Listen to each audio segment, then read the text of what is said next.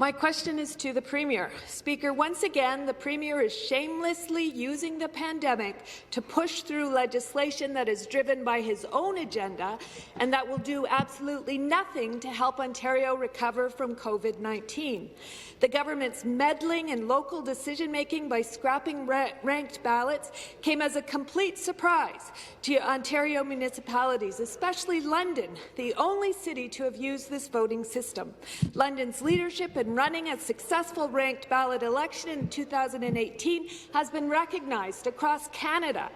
But the Premier's interference means that not only are the one-time expenses and tabulator algorithms, additional auditors and voter education now lost, but the city will face new costs to revert back to first past the post. Speaker, how exactly does overriding local democracy and forcing London to abandon ranked ballots save municipalities money?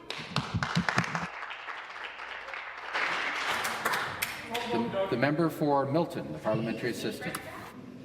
Thank you very much. Thank you, Mr. Speaker. I want to thank the member opposite for that important question. Mr. Speaker, it is important that the way people vote in the federal election and the way people vote in the provincial election is the same way that people vote in the municipal election.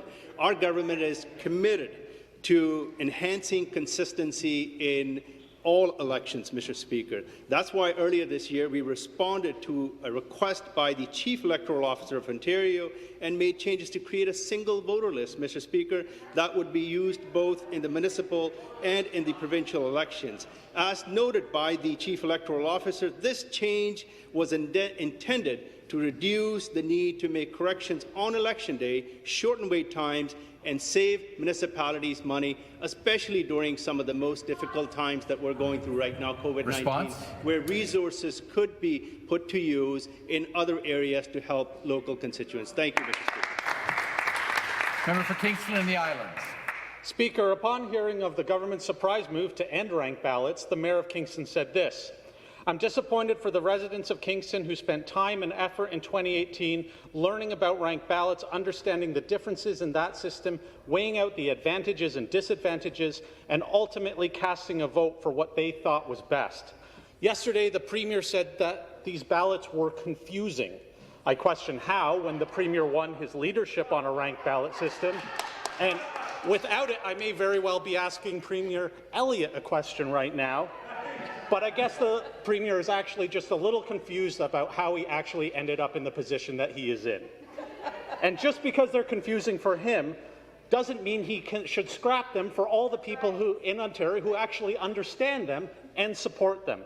Why is the government using the pandemic to get rid of ranked ballots when voters in Kingston voted massively in favour of them? Thank you, Speaker.